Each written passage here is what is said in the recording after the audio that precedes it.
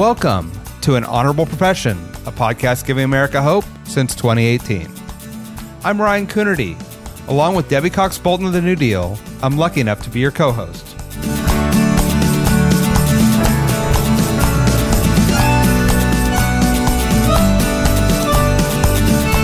An Honorable Profession is a New Deal Leaders podcast. The New Deal is an organization that supports the next generation of American leaders.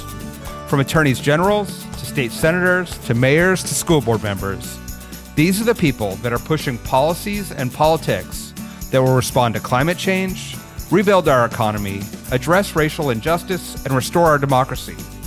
These are incredibly talented people who have dedicated themselves to public service when their country and their communities needed it the most. Check out newdealleaders.org to see what I'm talking about.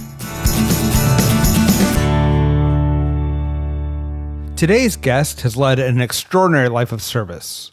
He's taught math in high-need schools, founded a company in East Africa, worked as an attorney at a leading global law firm, and served in Iraq as a diplomat. Then he got elected to office and his challenges really began. Newcastle, Delaware County Executive Matthew Meyer won a stunning upset over a 3-term incumbent in his first run for office. Since then, he's done some really innovative work in creating a coding academy and a jobs program for at-risk youth. He's weeded out fraud, waste, and abuse and made his county's budget much more transparent. He's such an interesting guy who's dedicated to making sure his time on Earth is well spent. It was a fun conversation. Enjoy. County Executive Matthew Meyer, welcome to An Honorable Profession. It is great to be talking to somebody at the most important level of government today. Thank you, Ryan. It's great to be here. I'm a big fan and listener of An Honorable Profession, and it's great to finally be on here. So I got to start by asking, your career path has to be one of the most interesting career paths, not just of anyone I've had on the podcast, but of anyone I've met generally. Been a math teacher, lawyer, diplomat, now an elected official. Can you talk a little bit about sort of your life and path into public service? Yeah, my mom's still waiting for me to pick a career. When you're all grown up. Yeah, well, when I grow up one day. Listen, the easiest thing to say is I've been driven by two things. One is compassion, our ability, all of our individual abilities to make a difference in someone else's life and to leave a mark on this planet in the short time that we're here.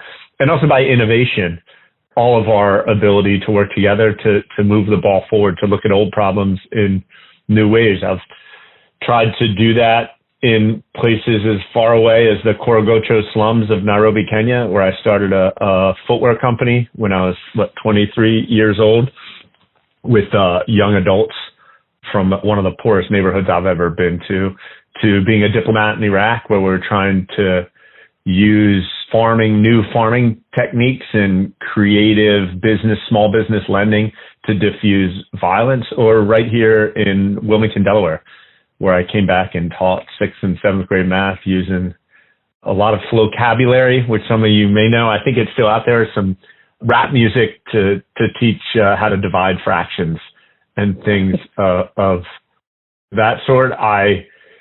When I came back from serving as a diplomat, I really felt strange because on one hand, I'd spent a year in service to the country in partnership with our military partners who I was living with in Mosul, Iraq, training local governments in Iraq how to operate. And I came back and felt like here in Delaware, we could do a lot better in running our own local government. I felt like the kids that I was teaching really deserved a better shot and more equal opportunity. And so I kind of out of the blue ran for office. I'd done a number of things, as you mentioned, started a couple of small businesses, taught for 4 years in public school, elementary and middle school level, but I never run for office. So I just got a small team together. We had really 3 high school and college student volunteers, neither of whom I knew that well. And the 4 of us would go out every day and knock on doors. And in the course of about 6 months I'm not out in Santa Cruz, California. Here in Delaware, it gets pretty cold over the winter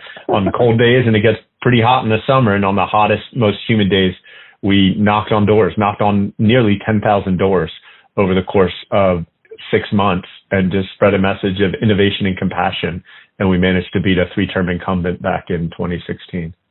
That is amazing. I want to get a little bit into the story of that campaign and then your first years in office. But I guess we have some young listeners out there who are maybe in college or right out of college.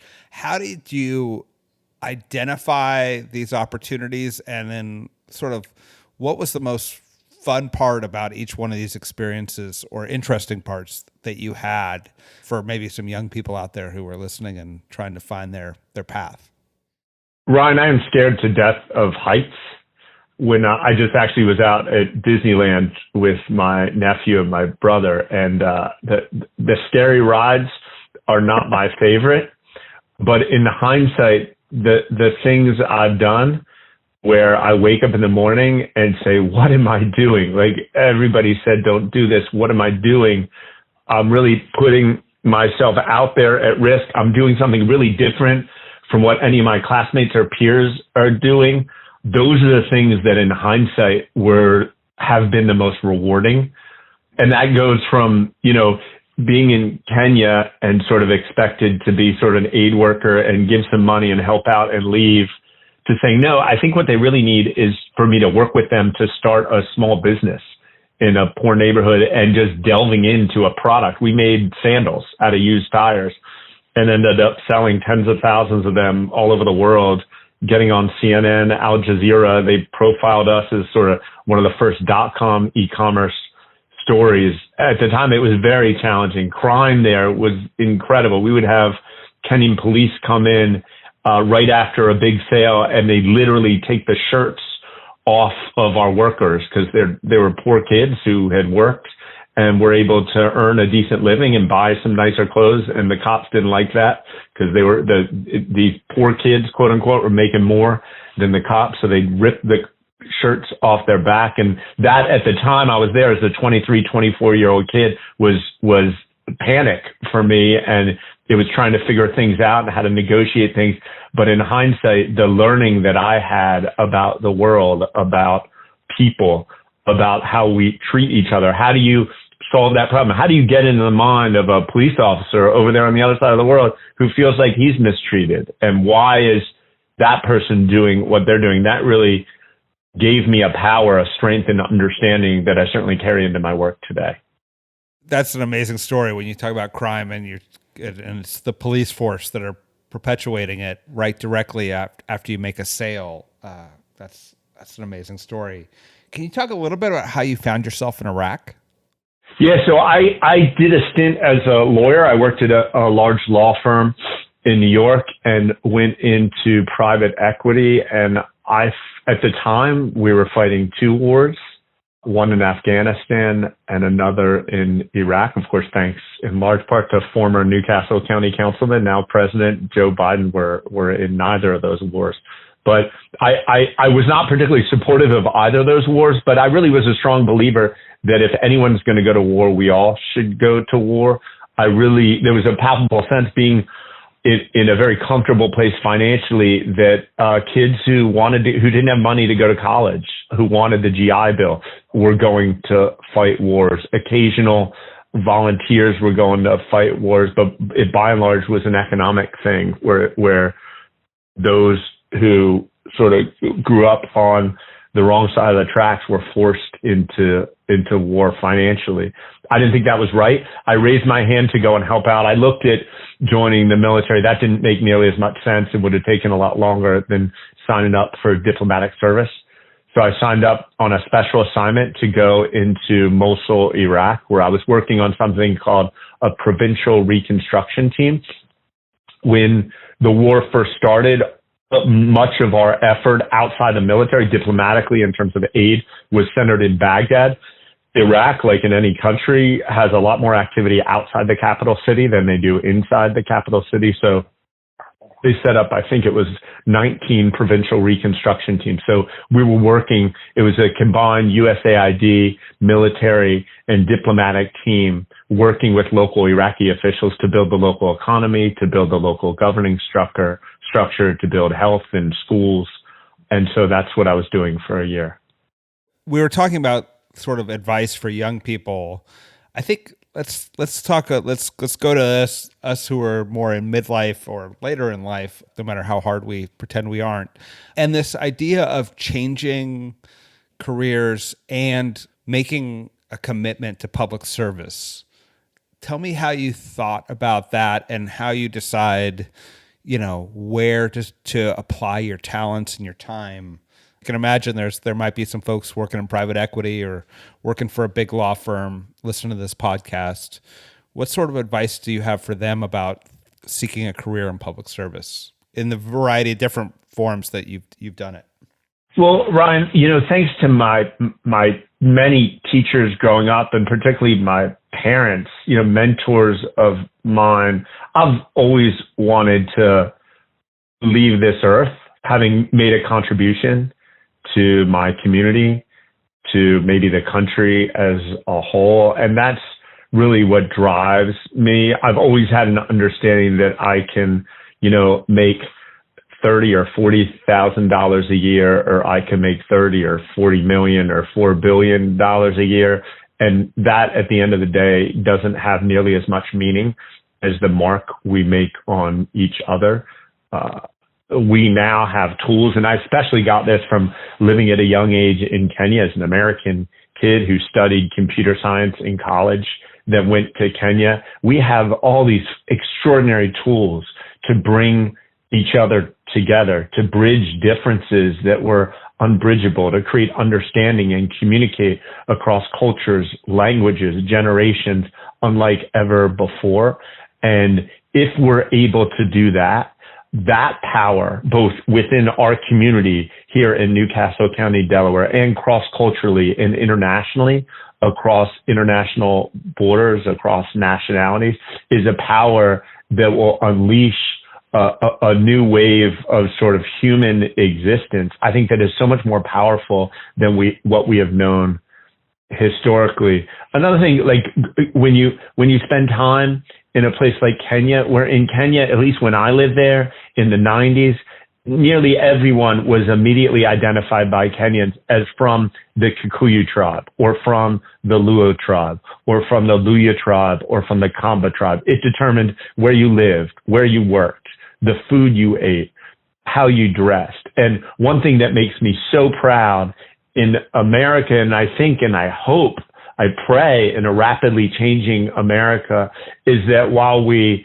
have those tribal existences here, there's no doubt, it's not hard to see that those tribes in some way, shape, and form still exist here. There are abilities to interact, to go to school together, to work together, to communicate across tribal lines that when you look historically in our country, we have not always had the opportunity to do.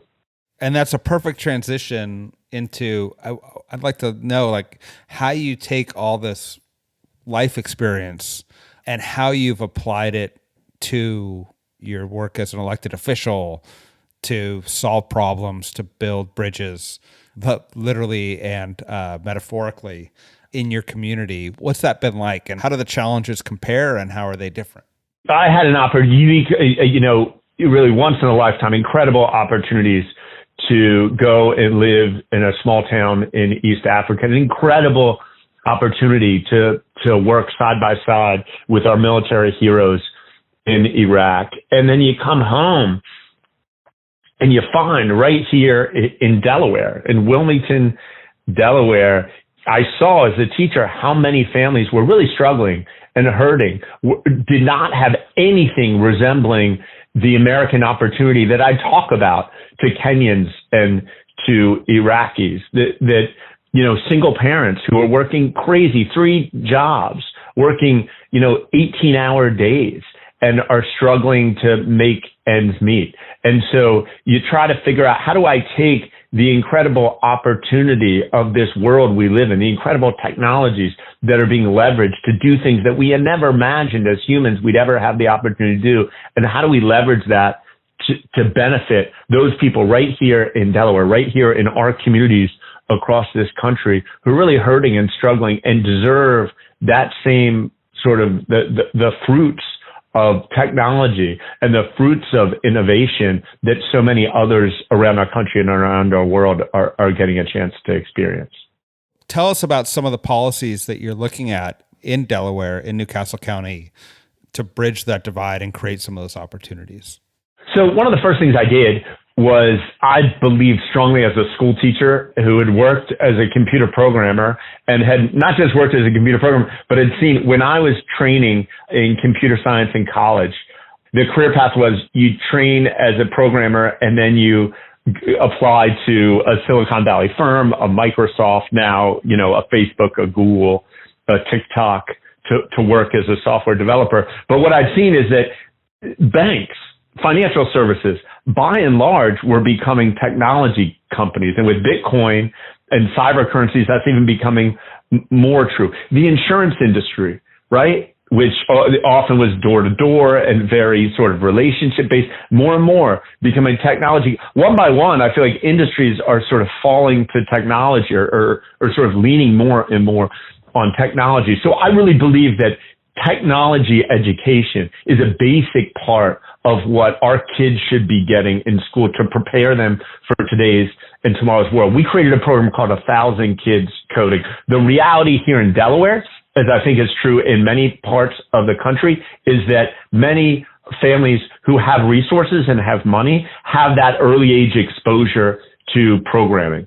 Kids from poor environments rarely have that opportunity, in part because the schools in which they go are so stretched for resources. They don't have the resources to recruit a high quality software developer to teach software development or networking or things of that sort. So kids have to wait until they're finished high school or beyond to start learning some of those skills. Our program, 1,000 Kids Coding, takes 1,000 middle school students by and large of color who are from lower income neighborhoods across our county, and trains them in software development skills so that they can develop software for money by the time they finish our program. And they're doing that for small businesses. So we have all these small businesses in need of software development, networking support, and can't afford it. And we're developing a supply of labor for them to do that. Of course, that supply of labor is our students, who then can go on and hopefully go and work for other companies, earn a decent living, or even start their own. That is fantastic. And for people who want to see more, this program, the 1,000 Kids Coding, was a NewDEAL idea that's available on the NewDEAL website. Another idea of yours that I thought was fascinating is the Second Chance Scholars Program, where you use data to identify at-risk youth to offer them specific employment and an alternative to maybe some criminal activity that may be, calling to them and giving them a positive experience. Can you talk a little bit about that? So my experience teaching, and I know a lot of parents out there are familiar with this as well, is when you tell a child, don't do that, there is a sizable percentage of children that will do that. So if you say, don't play that video game, or stop taking Michael's pencil, that kid, the first thing they're going to want to do is watch that video game, or they're going to want to take Michael's pencil. I learned as a teacher, the thing to do is instead create another cool thing that they want to do more. And, in the best case, it's a cool educational thing. And so what we're trying to do is remove barriers to opportunity across our county. Nowhere better than scholarships and education. It's a little embarrassing when you think of all the things we can do today in 2022, literally sending rockets into the sky and then landing them again to send up to the heavens again. Like, if you think about the technology and human capital put in to get to a point where we can do something like that, it's crazy to think we can't provide basic health care to everyone in our country. We cannot provide basic education. There are so many kids, quality students, who are finishing high school who don't go to college because they don't have something called money, which is crazy to me. So we're doing everything we can. We took what was previously sort of a political slush fund and we turned it into a scholarship fund. We identify pockets of need. We market to those pockets and we encourage kids to apply to the scholarship fund. So again, it's just unlocking opportunity that we believe, at least we say in 2022, everyone should have an equal opportunity of. But in reality, the reality on the ground that I know myself and a lot of my local official colleagues see across this country is that equal opportunity is really not quite there. Yeah, and I thought what was extraordinary with the program is so often we create these programs, and not surprisingly, the parents who are sort of paying attention or the kids who go to the better resource schools get plugged into these programs. But you really made a conscious effort to use data from the CDC to go to the kids, right? To go to the kids who would most benefit from these programs. Yeah, I mean, Ryan, we all know as local elected officials, there's always sort of the loudest people in the room. And I'm constantly working to make sure that the loudest in our democracy, the loudest in our communities are not getting a disproportionate amount of resources. I encourage everyone to speak up, make sure your voice is heard. It's important and incumbent upon us as elected officials to make sure that we're spreading the benefits of this American experience equally and even disproportionately to those communities that are of greatest need. And that takes a lot of work. It's not that easy. If you just sit back and wait for who comes to you, it's not going to be equal. It's not going to be equitable. Yeah, and I think that's and I appreciate that you used a data-based approach to it because we can sort of try to guess. But you're right, in a world of technological advances, we can identify populations that are most at risk and make sure we're getting out to them. And related to that, Ryan, if I can add one more thing, It's really important. In having worked sort of in the private and public sector, the private sector, when they invest money in something, at least quality companies, quality institutions, quality organizations often have metrics attached to that. So let's say my experience in the private sector, when there's a $1 million program that is to be developed, usually private sector, smart companies, smart institutions will say, okay, let's take $200,000 and start this program. Using this $200,000, we expect to achieve these three things. They'll invest $200,000 and 3 months later, 2 months later, 6 months later, a year later, they'll look and say, which of these three things are we achieving and how are we not achieving them? And then, course correct so that by the time the $1 million is expended, they've achieved the things they expected to achieve at the outset, or in many cases, they outpace those things. They more than achieve them. Too often in the public sector, my experience is that money is expended, there's a press conference, there's an announcement, everyone celebrates, and years later, there's very little analysis into whether that actually achieved what it was expected to achieve. So it's important to me, particularly with educational investments, how do we make sure, okay, we're investing this money to make sure 1,000 kids coding, who's counting the kids? Who's measuring to make sure, yes, they actually have the skill set we were expecting them to get. And for the public shareholder, for the public investor, for the taxpayer, they're getting a quality return on their investment. I want to dive in a little bit because you have used your private sector experience to not only propose, scale, and then measure and get results from programs, but you've also gone in and tried to save taxpayer dollars where there was waste, fraud, and abuse or overpayments or other things. We all know that business is very different than government, but I don't think our party spends enough time talking about how to make the money in government we have spent better. Can you talk about your efforts to root out waste, fraud, and abuse and to get the most for the taxpayer dollar? Sure. So it's two things. There's sort of the uncontroversial stuff and the controversial stuff. The uncontroversial stuff, I think, is using technology and attrition to perform services more efficiently.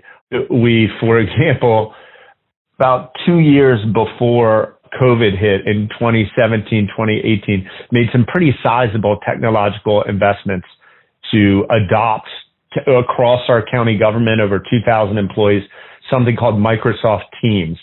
At the time, nobody knew what this was, right? It created extraordinary efficiencies in people being able to do more meetings and do more things during each day. And at some level, enabled us to do more tasks with fewer people, which saves the taxpayer dollar. It's something that nobody would have ever paid any attention to, except for the fact when COVID hit and we shut down county government, we didn't really do it. We just told people you can't come to offices anymore, but you're expected to keep doing your job. And so whereas other governments across our state and across our country shut down, we just sort of transitioned to this new online world and pretty much did it at the flick of a switch or not just turning on your computer. So that's one thing. The harder questions are questions when entrenched interests get a disproportionate amount of the pie. What Madison called in Federalist number 10 is the violence of factions, that they're entrenched. If you don't mind me referencing the Federalist Papers when I talk about governing Newcastle County in 2022. If there's any audience that would love a good Federalist reference, it's the honorable profession audience. Trust me. I think all of us, and I know the honorable profession, I mean, if any, like I'm an avid listener. I imagine many of the listeners out there are local government elected officials or local government participants, local government nerds, if you will, like me. And I think all of us are familiar with the violence of factions, small groups that are able to control a disproportionate amount of resources, either through money, through campaign contributions, or just through showing up all the time and paying attention, where the public at large is too busy living their lives to pay attention to a zoning hearing or what's going on with their sewer bill or things of that sort. And I think that's where the integrity and the intelligence of local elected officials is so critical. Former Governor Jack Markell, who I believe was a founder of the New Deal, taught me that so many times as governor, he'd be sitting at a table and he'd look around the table and think about how did each person seated at the table get their seat at that table in his office when they came to speak to him. And by and large, nearly everyone was representing some entrenched interest that was trying to get a disproportionate piece of the taxpayer pie. And he said it was his seat. It was his job to make sure the overwhelming majority of the public that was not represented at the table was represented. And that can be hard when you're in a meeting and 7 people are all agreeing, saying one thing. That means I, as the elected official, often have to say, no, that's not good for the whole. And that may mean that you lose money, or that may anger you, or that may anger your membership or the group you're lobbying. But the answer is no. And that may mean that those people don't contribute to my next political campaign. But that's okay. That's why I do what I do. And I like to tell my staff that if you didn't piss anyone off today, you're not really doing your job. I love that. It's such a resonant idea of thinking who's at the table and who's trying to get more resources than what, than what the broader public would otherwise get. That's a vital question that every elected official, or everyone with any level of decision making, should be thinking about at all times. It's a very good lesson. Could we talk a little bit about Delaware, the first state, as you're all known, and it has a great New Deal connection, as you mentioned, Jack Markell, Chris Coons, and former county executive. Former county council person, Joe Biden. That's right. Yes, and getting to the president of the United States, Joe Biden. What do you think it is about Delaware that produces people who have a disproportionately large impact on the national political stage than the state's population might otherwise allow? I think it's the water. Definitely the water. It's something we're drinking. Careful, you're going to have a bunch of presidential candidates showing up and drinking all your water. Yeah, that's right. We'll have no water left, and then I'll have to deal with the budget deficit. Yeah, you're right. It's interesting. Delaware, in some ways, is a microcosm of the country. If you look at the percentage of our state that's African American, percentage that's Latino, percentage that's rural, suburban, urban, a lot of the issues of farmland preservation, of urban education, of busing, of beach preservation, we had tornadoes. I think it was 2 years ago that we had to deal with sort of natural disasters. Flooding and climate change as a coastal state is having a pretty serious impact here. And so I don't know if it's that sort of calls or creates opportunity for leaders to serve and to address problems that resonate nationwide. I don't know if that's what it is, or I don't know if it's just we're having a moment, maybe because Joe Biden sort of gave us a vision of here's how you do it. You start in Newcastle County and work your way up. And so we're all trying to start in Newcastle County and work our way up. So make a pitch in this world of remote work, or hopefully very soon, more opportunities to travel. If I have 24 hours to spend, or if I'm looking to find a new place to live, sell me on Newcastle County and Delaware. So first of all, for a company, I don't know where you can get a better financial proposition than Delaware. The cost of land and taxation levels are so low compared to neighboring and states and jurisdictions, local jurisdictions across the region. Access to talent. You are a day trip to New York, Philadelphia, Baltimore, DC. There are many people that live here that commute to New York, Philadelphia, Baltimore, and DC because of some dynamics of fiber and fiber being laid here. Our internet in certain areas of the county is as fast as anywhere in the country or the world, and it's the quality of life is really high. We're building at least 50 miles of additional bike trail. I'm working to connect all the major cities of our county so that you can walk and bike between all the major cities. Some beautiful bike routes along rivers. Governor Markell created a trail named after him, the Jack Markell Trail, that already connects Wilmington, which is our largest city, with Old Newcastle, which is our colonial capital. It's like a little Williamsburg. If you're familiar with Williamsburg, Virginia, it's like a 6.5 mile ride from our largest city along a beautiful bike trail over the Christina, actually over one river that ends at another river in a beautiful park. The quality of life here is incredibly high. You get a huge amount of land for value, and it's a good community culture.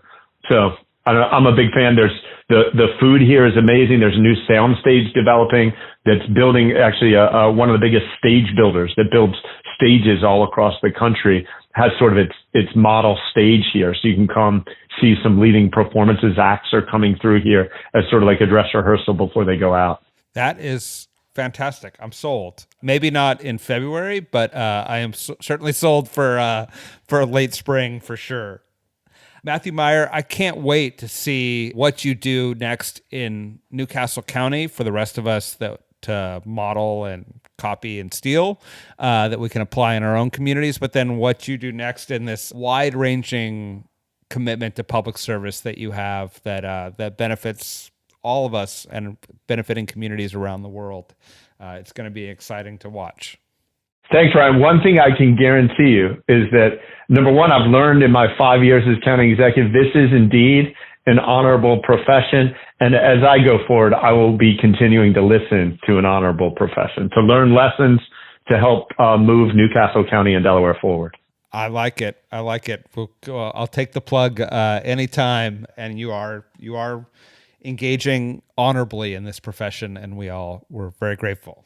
Thanks, Ryan. On a serious note, can I just close with one thing, that we are really at a critical time right now. Our country, when you talk to people in political spaces, when I talk to friends and neighbors about what they're seeing in terms of governance and politics, we're at a critical point. As divisive as this country has probably seen since the civil rights movement, possibly since the Civil War, there are a lot of smart people that think, certainly in the wake of January 6th, that our country is falling apart in one way, shape, or form. You take that fact, you add to it the fact that as local officials, we now have more resources at our fingertips than really ever before in terms of the American Rescue Plan Act, any remnants of the CARES Act, the infrastructure bill, hopefully something that's going to come of Build Back Better. There are all these resources and pockets for us to use as local government officials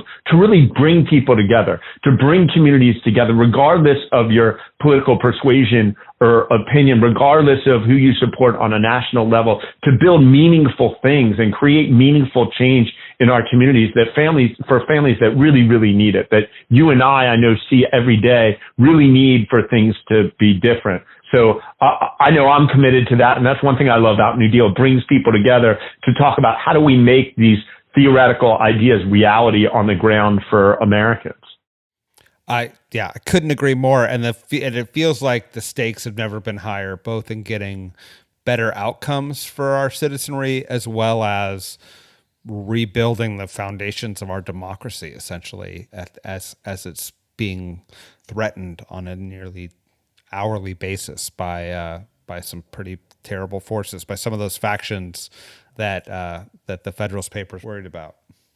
Yeah, that's right. I mean, it's incredible to see the foresight of the founders. I don't know if they, knew about Facebook or Fox News or Newsmax, but they certainly, understood division and understood nation building and understood the importance that we all have as elected officials to hold this fragile union together. Yeah, and to fight against tyranny is it's going to be critical. I think that is an amazing call to arms that you are offering, and let me just say, from one county level person to another, in many ways, it's the level of government that people think the least about. But for what the project that you envision and the project this country needs, it much of it could start at the county level. And I appreciate the good work that you're doing there, so that the rest of us can model those programs and policies in our community. Thank you, Ryan. I know you're not going to follow our lead with regard to snow removal out in Santa Cruz, but maybe some other things. Yeah, other things. Snow. I'll leave the snow. Hopefully to you all. All right. Thank you, Matthew. Have a wonderful day. All right. Thanks, Ryan. You too. Thanks for listening to An Honorable Profession. Please subscribe to hear more amazing leaders, and keep asking your elected officials to be honorable. Boots Row Group produces podcast. I'm Ryan Coonerty, and because we keep things honorable, no tax dollars were used in the making of this podcast.